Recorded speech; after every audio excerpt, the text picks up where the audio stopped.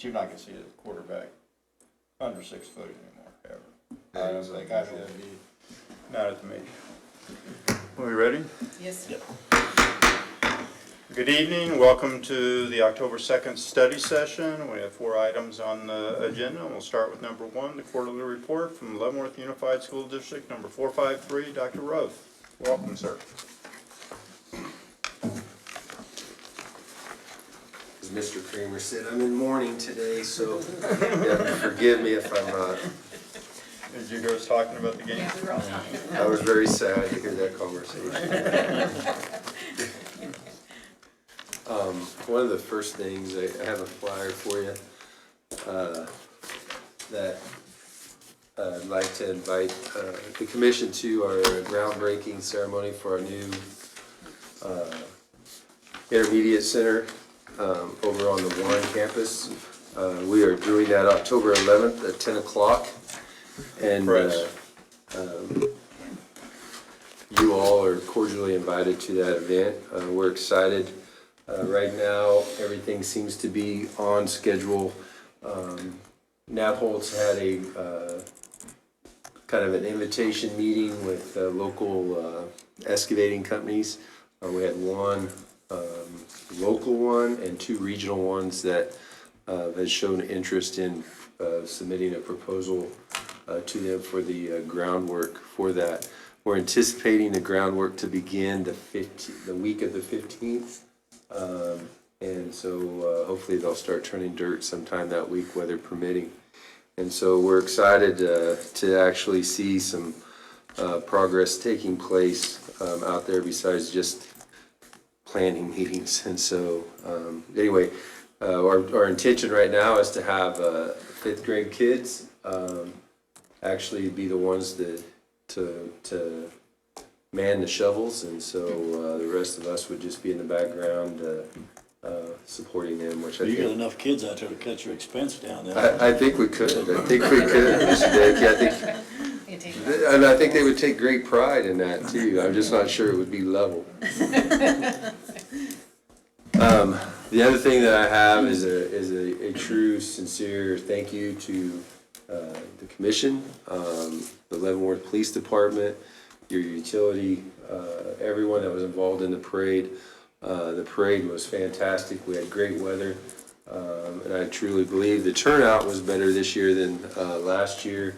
Our floats, I believe, were better, and so overall, we didn't get the outcome of the game that we were hoping for, but the parade and the festivities and the alumni and everybody that came back for that event, I think we're truly impressed with the events of the day and received lots of accolades, but that wouldn't be possible without the support of this commission and definitely the work of the police chief and his crew to be able to help pull that off. We have a vacant school board opening. Jose Morales resigned his position last week or a week or so ago, and what the process is that the board advertised that seat has to sit 15 days from the advertisement. So applications are due back the 8th, which is next Monday by 4:00 p.m. Then the board will entertain all the applications, decide whether to hold an interview process.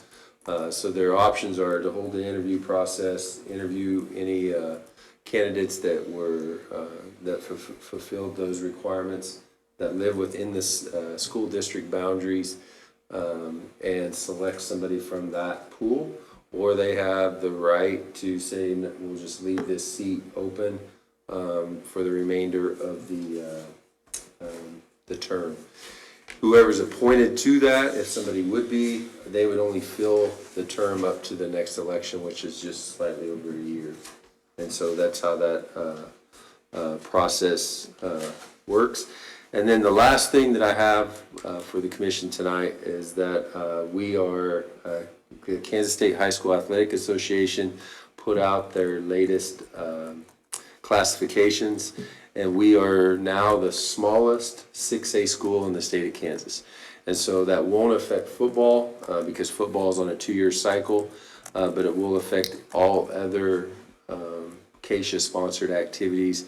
So all of the, like volleyball or cross-country, tennis, golf, basketball, track, debate, bowling, all of the other activities that I failed to mention would be participating in the 6A classification, which would change venues compared to what state qualifiers outside of track, what state qualifiers where they would participate.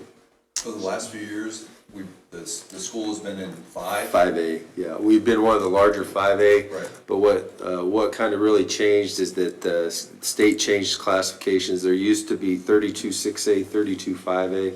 They moved that to 36 6A schools, 36 5A schools. And so like our new league, Baser Linwood was a 4A school, but now they have become a 5A school. And they're rapidly growing, so we were projecting them to be 5A anyway.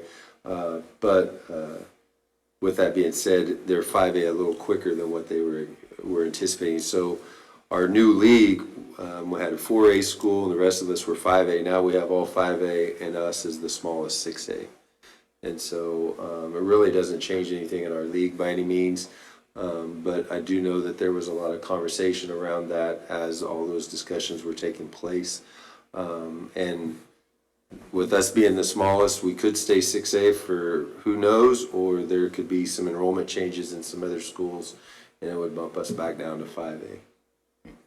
When does football and basketball for your regionals or sub-states, when do they go into the 6A? Football is a 2-year cycle, so this year we would be on the 2nd year of that cycle.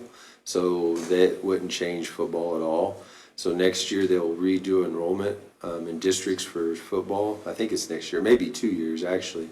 But anyway, we'll be 5A until they do that new cycle. So they'll do a projected enrollment again, and then that will stay in a 2-year cycle as well. Okay. I'm trying to think. I believe we're on this. I don't want to speak on that, but okay. Basketball. Basketball's every year. So this spring, you'll be playing districts, sub-states in 6A, not 6A, that not is 5A. correct. They'll change Yeah. that quickly. So cross country, they're regional. They'll be working on regionals in all of our fall sports outside of football. On all of those activities, golf, soccer, all of them will be participating in a 6A regional. Really? When did you get notified that you're 6A? See, the 20th was. So it came out last Wednesday or Thursday, I think. And so they moved it that quickly. Yeah. Okay, interesting. I have a question about enrollment. The 20th of September, I think, was the official Correct. enrollment date for the state. So how many students are enrolled in the district, and how does that compare to last year? I should know the exact count because Well, we just just had that, generally. but we were up 34 students. Okay. From last year. And so That's good. our high school was pretty flat. Our elementary schools, we actually gained in our middle school and our virtual school. Any other questions for Dr. Rose? I just have Go a ahead. Go ahead. I just had a comment. I want to thank you for letting the city use the district's audio/sound/video booth for the podcasts. I mean, Yeah, the first two I think have been very, very good, and I appreciate that partnership with Absolutely. And it has worked very well. It's a Yeah. nice room, nice soundproof room, and I just the think, echoing, I think it sounds No, it does very sound good, good. and it's, High and quality. it helped that, we've got. absolutely. Anything that we can do, I think it's a great partnership. Yeah, and I think we have another one scheduled for Monday or a week from Monday. Yeah, the 15th. 15th, yeah. So, good, thank you. Any other questions or comments? No. Any questions for us, or? No, I appreciate, like I said, I appreciate the cooperation that the city we have with the school, and being able to share back and forth. And Paul and I think have a good relationship, and things are good, so I appreciate that. Good. Thank you. Thank you. Dr. Roth. Next item is Leavenworth County Port Authority revised agreement.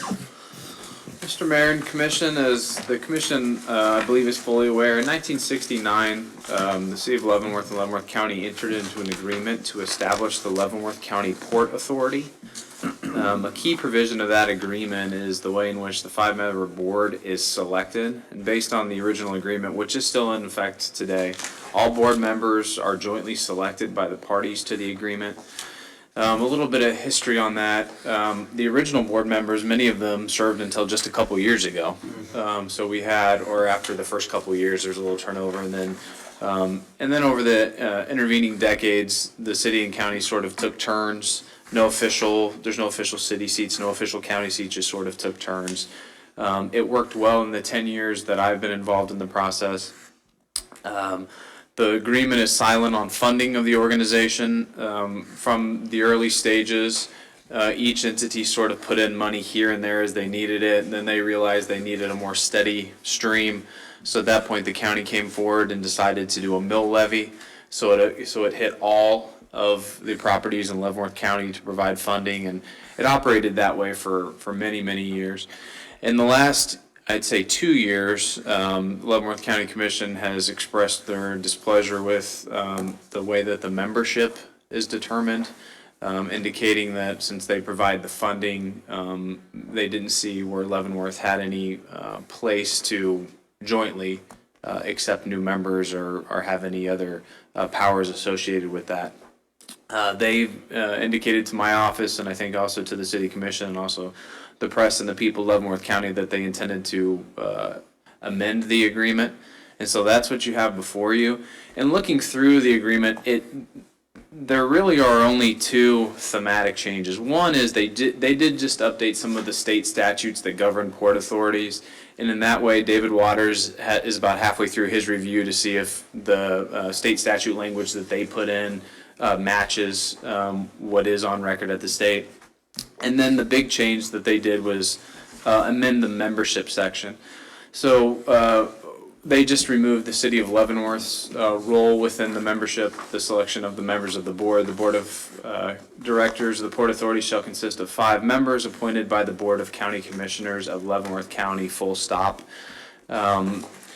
There are a couple, they added a funding of the Port Authority section that essentially doesn't prohibit the state, federal, or cities from providing funds, but they did indicate that the county shall provide for the primary funding of the Port Authority, and the Port Authority shall apply to the county for such funding.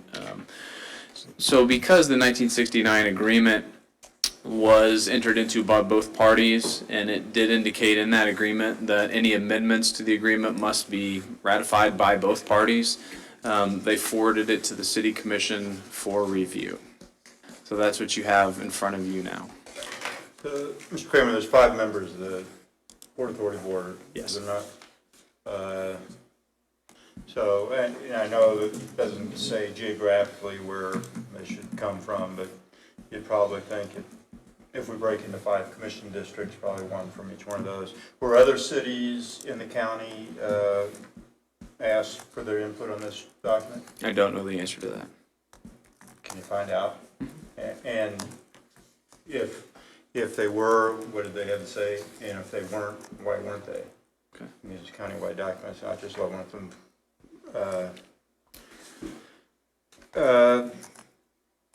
This just changes membership. It doesn't give it any new direction. Is that correct? Yeah, some of the initial discussions are, do we want to revamp what the Port Authority does? Do we want to look at changing the whole, I don't want to say changing the structure, but maybe updating it for the 1969 agreement?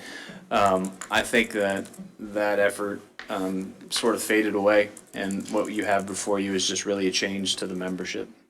Yeah, but I know the discussions that things are getting, I don't want to say heated, but intense. They're talking about a new direction, and this is what they bring forward, just how to appoint the membership. I think it's something we have to take under advisement. And one, obviously, City Attorney Waters hasn't gone through it completely yet, and I'd like to see how this countywide 5 commissioners vote turns out here in a couple of weeks, and, then, you know, I think maybe we give some feedback on, what we think might be involved, as well as the other cities in the county, Tongi, Basehor, Lansing, I agree. yeah, but, And I want to ask about the funding. So originally, it was a mill levy. It was a mill levy that was the funding. still of the mill. is. Well, It still is. Yeah. But the Port Authority has to go request the funding from the county through their annual budget process. So basically, the county can say, no, we're not gonna fund you this year. Right. Even though it's been a mill levy that, They've done that, haven't they?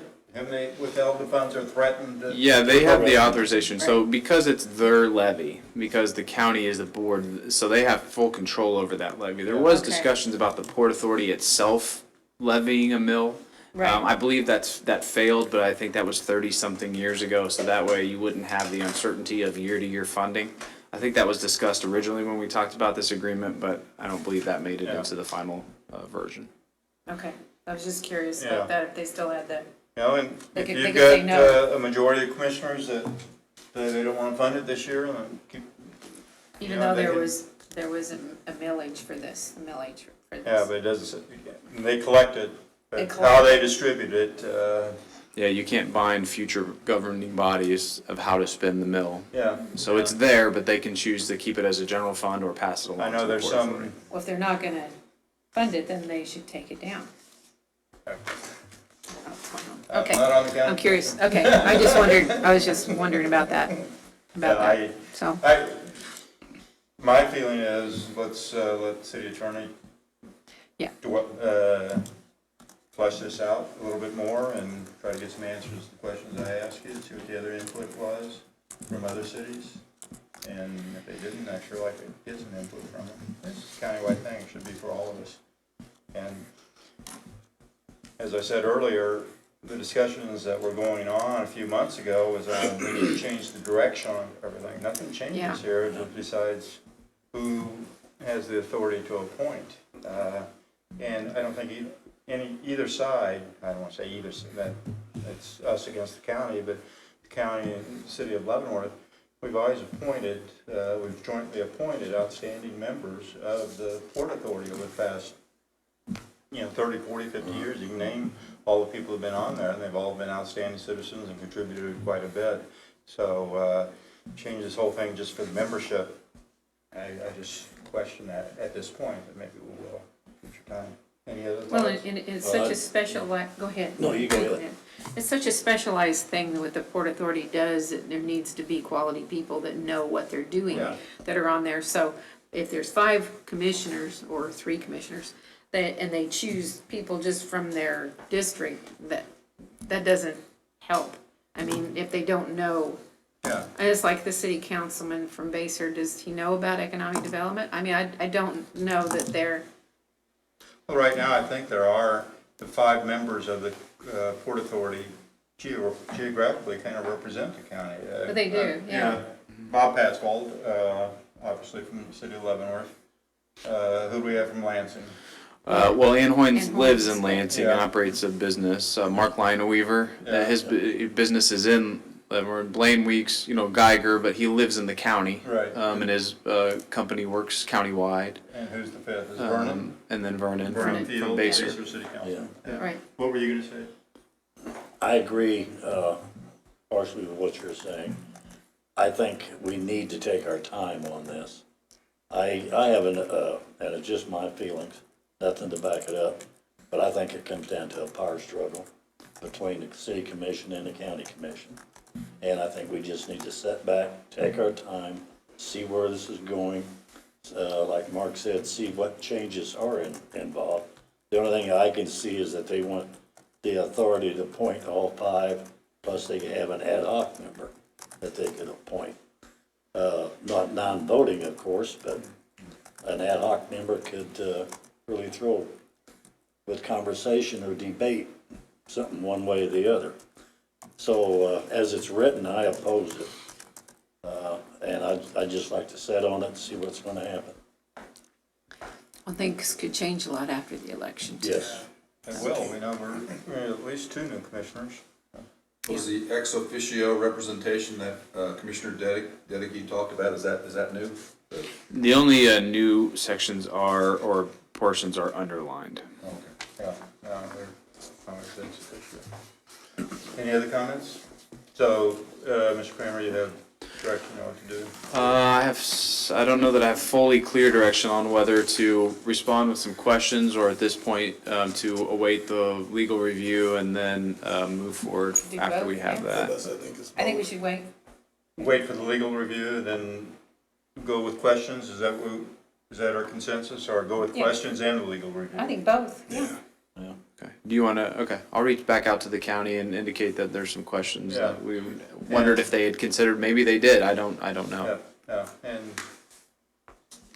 also heard Commissioner Dedeke's comments. Any other comments? Thank you.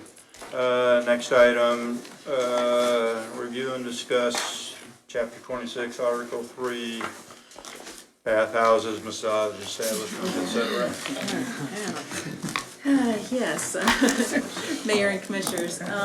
This was just a review that I had done on Chapter 26, and that one relates to, and Article 3, discusses massage establishments, bathhouses, modeling studios, and body painting studios. This is kind of one of those chapters from the ordinance. It's been around for quite some time, and it came over from the 70s, and we've made some modifications to it. But I think it probably needs some additional modifications. The clerk's office receives several inquiries each year regarding massage establishment businesses in residential homes. The code does not specify whether establishments must be in a commercial location or if it could be in a residential location. There's not anything that spells it out in black and white. The development regulations don't prohibit a massage establishment in a home as a home-based business. However, there are certain things within the code that would make it very difficult for somebody to have that type of a business in their home. So our answer has always been no, but it's really difficult when somebody says, well, tell me where. It's difficult to really point to it, and we just kind of have to say, well, you would have to comply to this and that and those different things, which would make it difficult for a home-based business. So I think that's an element that needs to be specified. So what I'll do is I'll just kind of go through, and then I've got a section down there of discussion items, and then I'll kind of get some feedback from the commissioner where we might want to go with this. So that's one of the items.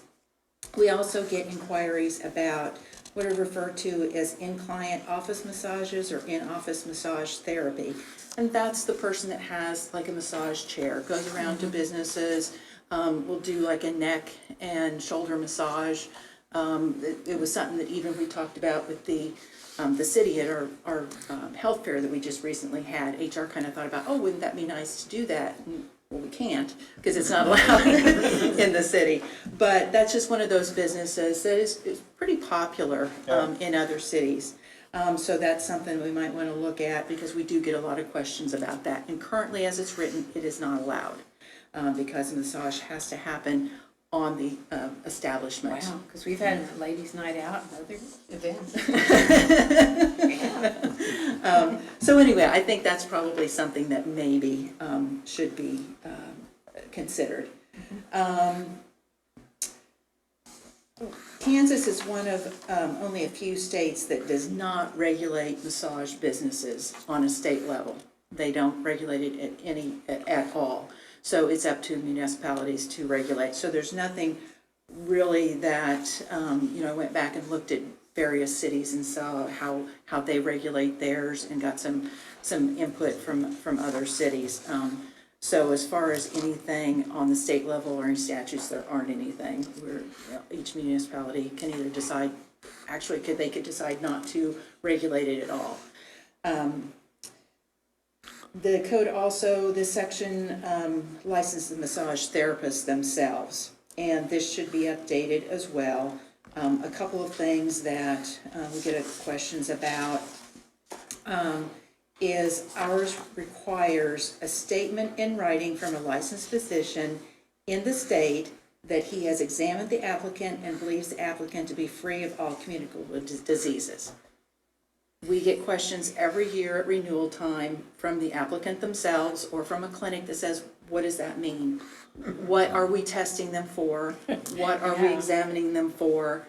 And all I can do is read them the statement. I don't have any other guidance to give them. I couldn't find another city that had any kind of a requirement like that. And when you think about it, a massage therapist, think about, your barber, somebody to cut your hair, they're not required to get something like that. A personal trainer isn't required to get anything like that. So it probably is something that we would consider eliminating. Because again, we get lots of calls on that, and it's very confusing. Am I supposed to be testing somebody for something specific? So for some, and some doctors' offices are very reluctant to say that because, they could say, okay, they don't have a communicable disease today, but tomorrow they might is be. that a cold? So, so we get those questions. So staff would recommend removing that. It also requires that a massage therapist get a license for each establishment that they should work at. So if you're a massage therapist and you want to work at various establishments, you have to get a license for each. It ties you to that establishment. It could be left like that, or other cities, sometimes they would, they issue a license, and then you have to tell just the clerk's office, I'm working at these different locations.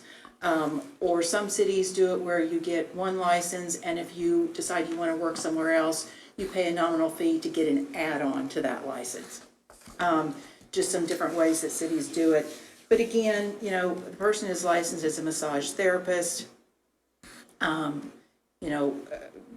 of think about it like our food handler license. It allows you to go and work at any restaurant. I would think it would. So, Yeah, you don't do it to barbers, you don't do it to Yeah. doctors or A anybody. barber else. can take their license and go Yeah, go from anywhere. just. yeah. Hairdressers, and Yeah. either, yeah. Question, how come you wouldn't be able to have a massage business inside of your home? I'm just curious. The way this was written, didn't allow That's it. the only reason, is that the only What was the reason why? question, why? How come you wouldn't be able to have the massage establishment business in your home? Just the way it's written, it wouldn't, Okay. yeah. So Carly, give some examples. So Yes. in order to have it, you would have to have lavatory facilities Yeah. for both genders and stuff like that. Stuff that would not be typically found in a residential environment. There's a stipulation that says you can't have any alcohol on the premise. Might be fine for somebody who doesn't have any alcohol Right, in but their if you have home. beer in your refrigerator, technically you're in violation of It that. also I'm talks- just curious, because I never. Yeah. Yeah. it I also- suspect these were written back in the 70s when they were trying to prevent certain types of Certain establishments. Yes, yeah. It also talks about not having anyone under the age of 18 in the area. Again, if you have your business in your home and you have Yeah. children under the age of 18. So it's just things like that that make it difficult. It doesn't specifically say in here it can't be in a home, but as we read it, it's like it would be difficult to comply with some of those things. Yeah. Curious. So, let's see. Okay, so on the therapist license themselves. In this section also, we've used it to license tattoo establishments and tattoo artists. If you read through the code, there's nothing in the code that actually says the word tattoo in it. It doesn't say tattoo establishment, it doesn't say tattoo artist. The only reference to the word tattoo is in the Appendix F with the schedule fees. And then it mentions tattoos in there and tattoo establishments and tattoo artists. Previously, it's been interpreted that body painting studios under this code is what allows us to do tattooing, tattoo establishments. That really doesn't fit. If you look at how we define a body painting studio, it talks about transparent or non-transparent, a substance that is applied to the body. The KSA, I pulled the description or the definition of tattooing, which means you are applying by a needle to under the skin. So I don't really think that the body painting studio should not be interpreted as tattooing. In Trying to addition, figure out a body painting studio, what, I think those were Again, things it that was, were kind of, back in the psychedelic years, I think that's. I guess they so, probably had yeah. those things. That Yeah. probably, yeah. I'm I guess guessing, that's I don't true. know. I don't We don't, know. there's no body painting studios in town, is there? Probably I've never, 40, 50 years never, ago. ever heard of one. and as I was Around here. looking at other cities, just to see if anybody, I can only find Lenexa reference some body painting studios, and they have that under their adult business licensing. The Kansas Board of Cosmetology regulates and licenses tattoo establishments and tattoo artists, and staff would recommend that maybe we get out of the business of doing that as well. It's very regulated by the Board of Cosmetology, so, I mean, we don't regulate anybody, barbers or hairstylists or anything like that. And if you go to the state Board of Cosmetology website, I mean, it's pretty extensive. I printed out just a section of it. It was like 25 pages of the regulations and everything that's required for that. So, and again, I couldn't find another municipality that regulates tattoo establishments at all. They just let the state regulate that. And then again, this section also regulates bathhouses, modeling studios, and body painting studios. Staff would like to explore the possibility of either removing those or moving them maybe to a separate section of adult entertainment or something, and not kind of commingling it with the massage establishment. Again, like I say, I couldn't find other than Lenexa that even referenced those types of businesses by those names. I So, don't even see any reason to have them in there. so that's, Maybe I'm thinking simplistically here, but yeah, are we regulating something that's already being regulated elsewhere? yeah. So again, just kind of to get some thoughts from the commission on how you might want us to move forward. So whenever it's considered to allow massage establishments in a residential, commercial, and in-office massage therapy, is that something that the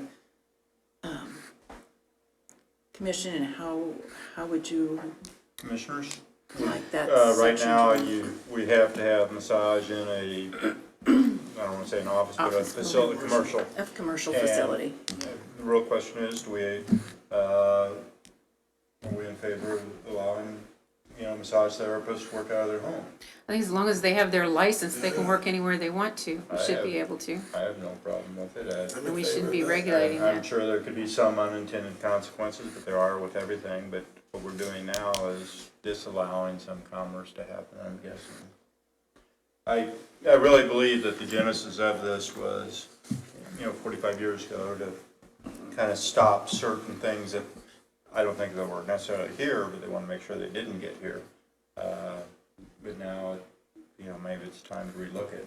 But what do the other commissioners say? Some of the cities that you checked on, do they allow the massage to take place in a residence? They do, Okay. and the ones that did allow it outside of a commercial Right. area, usually the only thing that they didn't allow is any kind of massage therapy, even if it was like one of the in-client-based services. They did not allow it in any kind of a hotel or motel room or any kind of a similar setting. That was a pretty common theme, and I think that makes sense. So I can work with the city attorney, and we can kind of look and see and bring back some options of how it could be written so that it would allow it in a residential area and still put, some guidance on how that could be done. I'm thinking that, I could be wrong, that if we do allow a residential area, I don't think you'll necessarily have that many houses saying you come in here and get a massage. I think you have masseurs and masseuses that have these massage tables and Go to the have houses. table will travel. And some of them, I think, do that now. That need that. Yeah, I think that's probably a lot of. So if you want a massage at home, you can call You're for right, it. right. More than someone setting up a business, but this wouldn't, it could go either way if we eliminate it, which is, I don't really have an issue with it. Well, and 40 years ago, there were no regulations regarding tattoo artists or massage therapists, which there are now. It's Yeah. highly regulated, so I could see why the city got into it back then, but Yeah. I don't see any reason for us to. So right now in the city, does in-office massage therapy, does that occur? In-office massage therapy occur in the city? No, Law. Right. I know, I'm Yeah. kidding. So that's the third category that I'd wanna have a little, Yeah, it is. some discussions on. I think that's obviously different than somebody having a business within their home Yeah. as a What- certified. Yeah, what is it? masseuse. Define in-office massage. that is the one where somebody has the massage chair. So that is when it defines, let's see, one of the locations. I mean, like, Like you a- see, like when you you go to said. various airports, and they have these massage Yes. chairs, people sit there like this, and they Yeah. twist their neck or do whatever they do. Yeah, so a massage that is conducted on the business premise of a massage client and is limited to massage therapy, I'm sorry, I can't read. Massage applied above the massage client's waist. So One of those. it's one of your neck and So, shoulder maybe another massages person has with this the massage chair. chair and will travel. They'll go. Correct, Say on Yeah. Tuesdays, they're in this law office or in this, yeah. right, And you see those things like in airports and things like that. yeah. Thoughts, commissioners? Yeah, I say if you got your license, you should be able to massage anywhere. So, that's my I take. feel the same way about Does it. anybody have any large heartburn about, I don't wanna say relaxing these, but relooking these Massaging these. requirements? I think we should relook. I mean, you said you might come with some recommendations. Yeah. Yeah, I would, That'd be I would good. get with the city attorney, we could come That's up good. with some options. Yeah, that'd be And, good. you know, once we have a draft, then, you know, if there's a section that you aren't comfortable with, or you would like to have changed a little bit, we could do Yeah. that. We'd just kind of start the process of looking at some options. Yeah, I'll simplify it. Well, and wouldn't these kind of follow the same rules that the beauticians use and nail salons and that sort of thing? We could, like I say, these aren't regulated by the state in any way, so, Okay. what I've done is just kind of looked at, I know the city of Bonner Springs just recently redid their, massage, ordinance completely, just, within the last couple of years. And so as I read through theirs was pretty up to date, I guess I might say. So I think theirs is probably a really good, at least, starting point for us to look at, on how we might structure Do they ours. authorize the in-office massage therapy? They do. Okay. They do. Okay, sounds good. Okay, we have a consensus on, That's Approve the okay. yeah, and just, you know, bring Okay. us, And then the massage therapists themselves, the licensing of that, would everyone be in agreement of removing that license, or that statement about the physician? Position, definitely, yeah, Okay. that's definitely, that's really vague. too ambiguous. Yeah, and then the schooling and training, ours, I believe, only requires 70 hours of instruction in massage therapy, and it doesn't require that each year when they renew, that they show any continuing education. And that's what I find in a lot of the other cities, is they require at least 12 years of 12 hours of additional schooling each year. And I did go Why would to, we require that, though? Why Well- would the city get involved in the education Because the state part? doesn't. yeah, Yeah. Oh, okay. This is Yeah. yeah, that's the big Okay, thing. okay. I wish the state would do what they did with tattoos too. and take that under their umbrella, Right. so that we Right. could do that with them, but they've Yeah. elected every not to couple do of that at years this it point. does get introduced as a possible thing in the, each year. I think it did this past year, and it didn't get very far at all. I saw it and I got very excited, and I know a lot of other clerks did too, and then it fizzled away pretty quickly. What excites the city clerk, isn't it? To look at that on our state platform. So, the things that the city clerks get. But a lot of, I did go and I looked at, just information in general, about what other states, just because we don't regulate. And, I found a pretty good site that just talked about massage therapy in general, and how it's licensed across the US. And, there's like some the National Certification Board of Therapeutic Massage and Body Works seems to be kind of the gold standard of what, if you're gonna do massage therapy, that's where you wanna see, the training for. And most cities also do require that on renewal, that somebody does, you are seeing that they're continuing, education. Okay, So, I think that would probably be something that we would wanna put in there. okay, Okay. sounds good.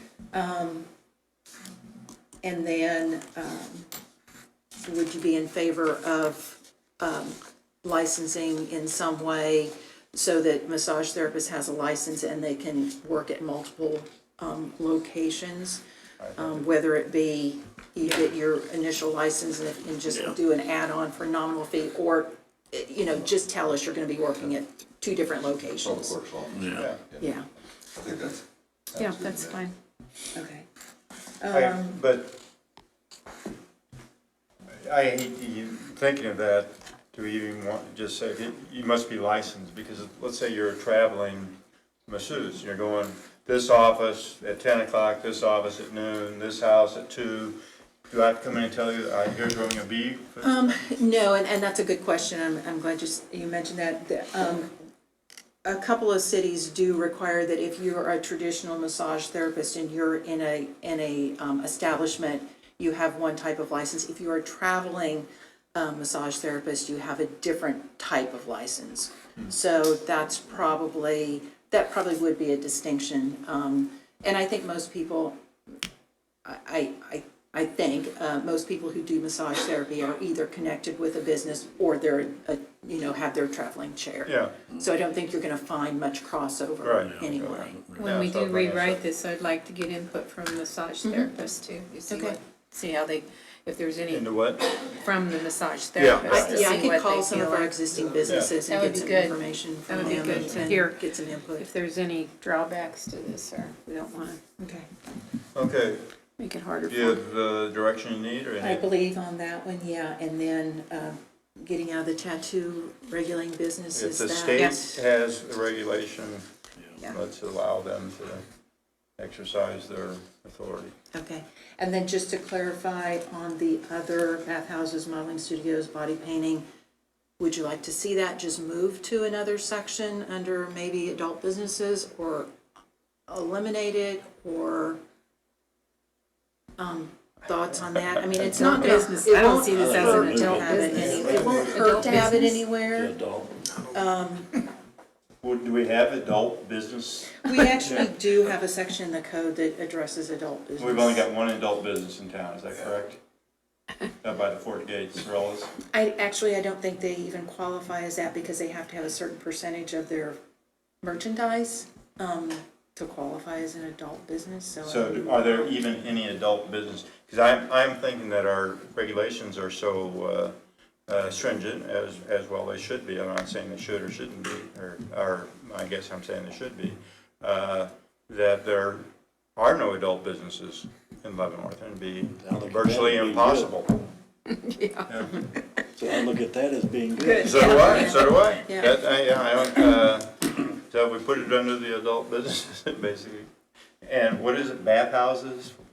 Modeling studios and body painting Yes. studios. Now, so if someone sets, a bathhouse, do they even have bathhouses anymore? But You never know what's gonna come back. but like a modeling studio, I mean, then there's That's true. people that try to get people involved in modeling, I mean, and probably need some regulation. I don't know, I guess we don't have any modeling studios. I'd be interested to see what maybe some of the Yeah, other cities yeah. are doing. Definitely, can't I would picture a say, modeling get studio it to being an another adult section under the, business, though. but then, I don't have a problem, it's just gonna take up some space, some paper and stuff like that, just to kind of be Yeah. preventative, but, I'd Yeah. be interested in what some other cities are Like I said, doing. Lenexa is the only one that I saw that had references by those names. Oh, yeah. and they had it under their adult, section. We could do that. I could also talk to Mr. Waters and see if he has some, thoughts on maybe where that should be, and, if he's familiar with any other cities. But like I said, I just kind of go to the different cities and their websites and their codes and search around and see, do some calling or just on the city, the clerk's listserv and ask some questions, but.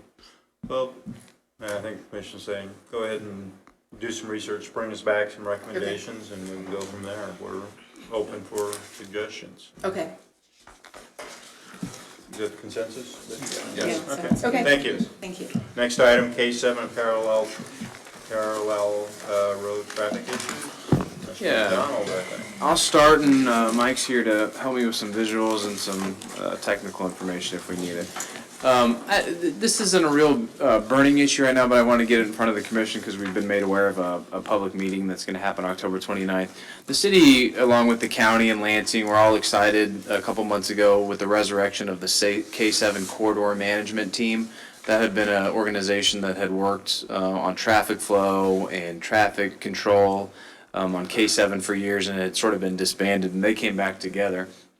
At that first meeting, we were further excited when the unified government indicated that they had successfully received a federal highway safety grant for an R-cut traffic, and I'll let Mike explain this in a minute, at K7 in parallel. It qualified because of it being a dangerous intersection. Construction on that was, I think, scheduled with a grant for 2021. Everybody on the corridor was happy with that. That's the direction we'd like to see the entire corridor go. However, just recently, I think an elected official in the unified government indicated some displeasure, some discomfort with this idea, and wanted to explore simply leaving it as is and maybe dramatically reducing the speed in the area. I don't believe there's a lot of traction for that at KDOT, and certainly not at our level. We were made aware that they're not stopping the process, but in doing their due diligence, they're gonna, the UG is invited KDOT to a meeting on October 29th to discuss that intersection. And as part of that, entities along K7 are invited to submit a letter, submit their sort of their feelings. I don't know that I would recommend, lecturing the unified government on anything other than maybe to continue to support responsible traffic management along K7 that gets people safely but swiftly to their destination. So I'll let Mike talk. It's a good time to talk a little bit about an R-cut and let him go through it before we finish up with the item. Yeah, this is kind of a generic representation of what is called an R-cut, which is restricted crossing U-turn.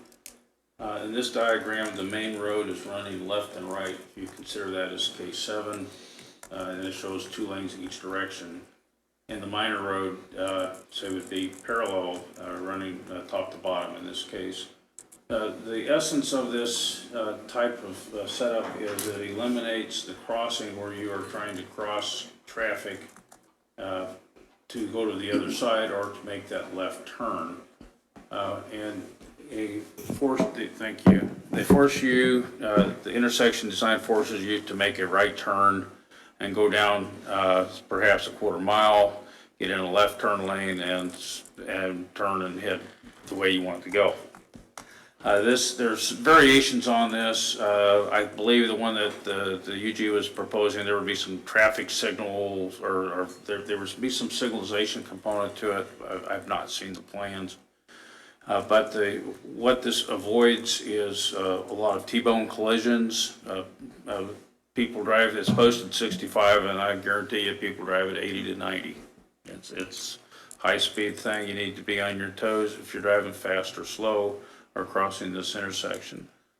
The other thing it does is if the big traffic signal is here like it is now, there's always going to be some level of traffic signal cycling through that will slow down, your time. If you're driving somewhere else, you're going to have to stop there essentially 2/3 of the time. You're going to be impacted by the traffic signal, and it eliminates that long stop or that sequence. So it cuts a lot of time out of your travel and it increases the safety. So this was seen the meetings that we had with the K-7 Corridor Committee that the city's been involved with for many years.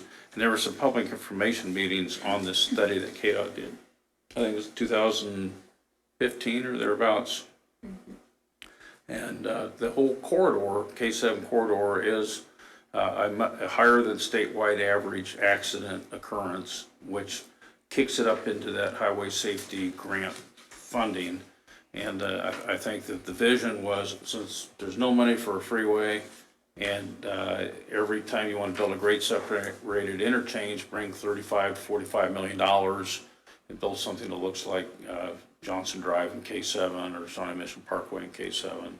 That's not rational to think that the state or any of the local governments are going to kick in that sort of money. This is a relatively affordable, relatively low-cost solution that can be implemented several of the busy intersections from Lansing to Parallel and perhaps others, but this was kind of the best area to do that. So I can go point at the board, or I can point with the mouse. This is a generic representation. It's not a specific layout. There is a report that KDOT did that we can, if you want to read the report, I can provide that link to city manager and forward it on to you. And it talks about the accidents. It's like the 3-year accident history that led up to the report. There's been several fatalities since the report was written. So the accident statistics are a little out of date, and I think would have made a more credible case that you've got an accident problem on this stretch of highway. So what I'd be asking for is a consensus for the commission for myself and Mr. McDonald to draft a letter. I don't know what impact it'll have, but I know that if you don't get on the record, then it's hard to complain later. We're an active member of the K-7 corridor management team. I think it's sort of our responsibility to weigh in some way, so that's what I would ask the commission for consensus to do. I know I'm definitely in favor of it. I've said it many times. 20 years ago, once you left Leavenworth, you had one stoplight. 22 or 23 years ago, we had no stoplights except for a flashing yellow light at Victory Junction. Right. Between Leavenworth, Lansing, and the Turnpike. And then the first stoplight that went in was at K7 Leavenworth Road because of the dog track. I said, oh, there's gonna be so much traffic, for the Woodlands. And there probably was. But that's been closed 15 years, or I don't know how long it's been closed, a long time. And I know that we've gone back and asked, can you remove that stoplight now? Because it really doesn't justify a stoplight. Now, once it's in, you're not gonna get it out. And now we have 8 stoplights, or in count them, could be 9 between here and the Turnpike. And that just, it kills commerce. K7 was supposed to be a highway, and these R-cuts or the frontage roads is the master plan, but from them robbing KDOT so much, they just put in $250,000 traffic lights rather than, properly maintain the highway.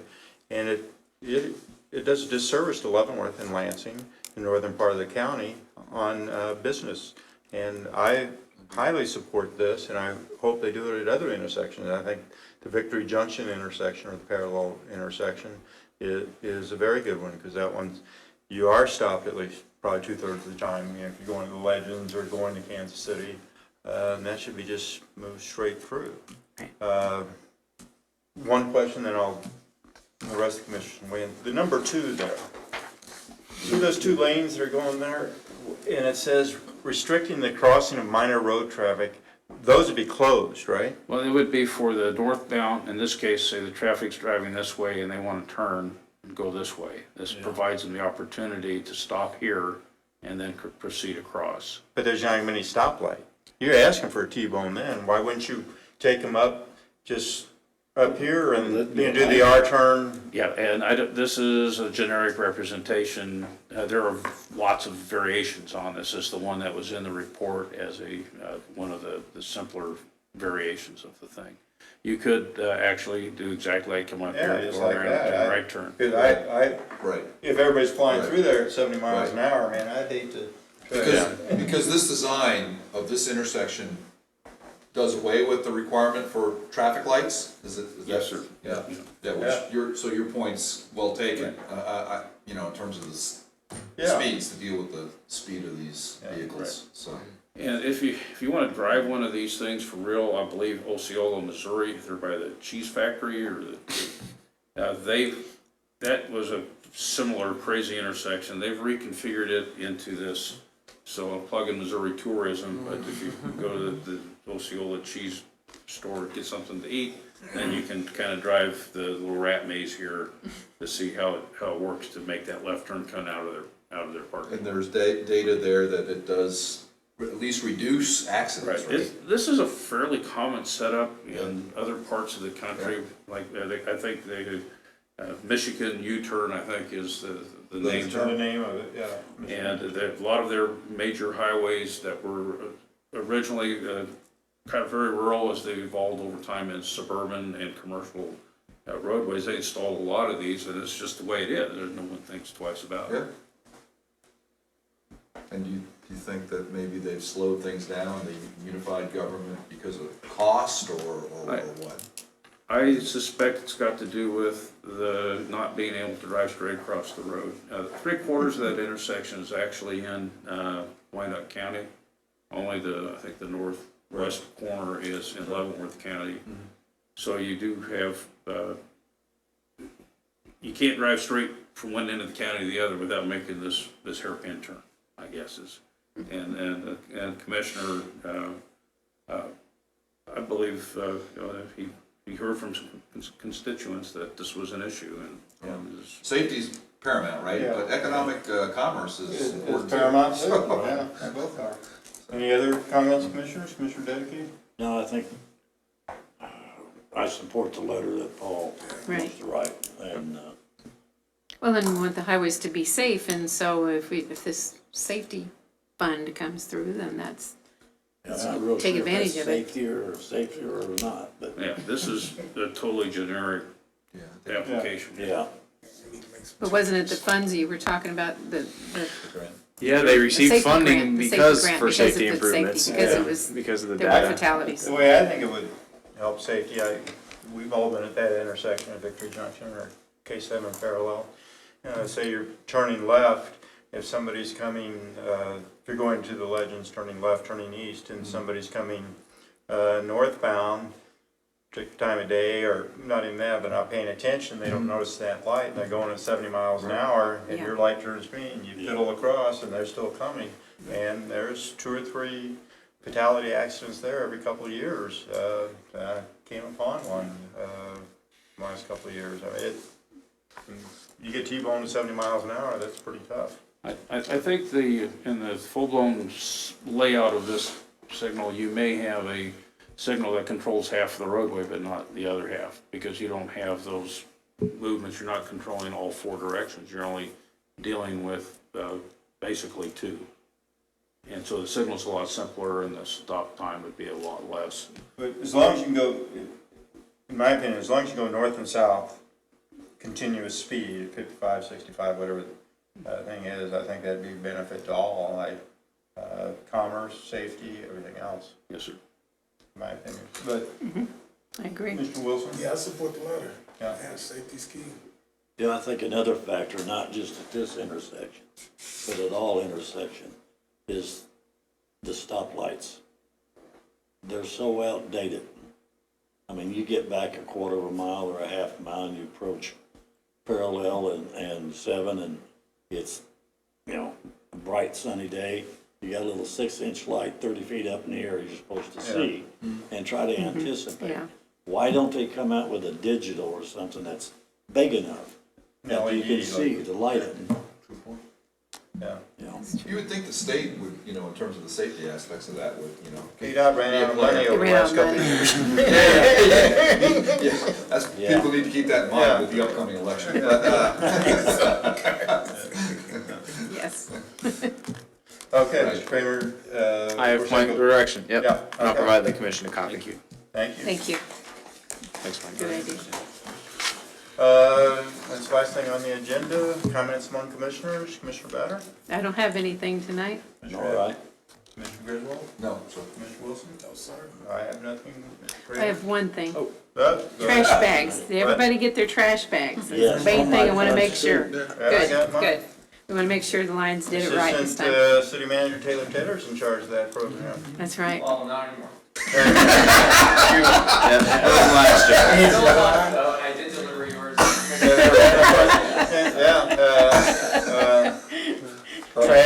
Trash man emeritus. Trash bag. Trash bag man. king, yeah, trash bag king. Mr. Kramer, I'm sorry, you were gonna say something. Just the only thing I wanted to add is, sometimes there's questions about why we're looking at some of these massage establishments or mobile food vendors. A lot of this stuff spurs when somebody comes to us looking for clarity, or direction, and we don't have it because of the way it's written. We had one, I'll just share briefly today, somebody who wants to get into the medical transport field. Our code in that section only regulates taxi cabs and limousines. So at some point, when Carla does a little more research, sees what everybody's doing over the last 30 years since our code was written, we'll bring something that does that. So we do it to be an easier place to work, an Yeah. easier place to do business, an easier place to get clear answers. So I just wanted to throw that in there. Good, good. That's a good I do idea. have one quick thing. that Yes, I sir. noticed. I can remember back, I think everybody else can, when we voted on the old medical arts building to be a rehabilitation, Right. and apparently that's not going to happen. I have never read anything official on it, but now that there's signs up there where it's gonna be a community workforce or community business building. So I take that as numerous small businesses will be located in that. I don't know for sure, but they're working on the building. I'll look into it and get an update to the commission. Okay. Anything else? Anybody else remember anything? Ms. Williamson? I have nothing. Okay, therefore we're adjourned. Thank you. Thank you.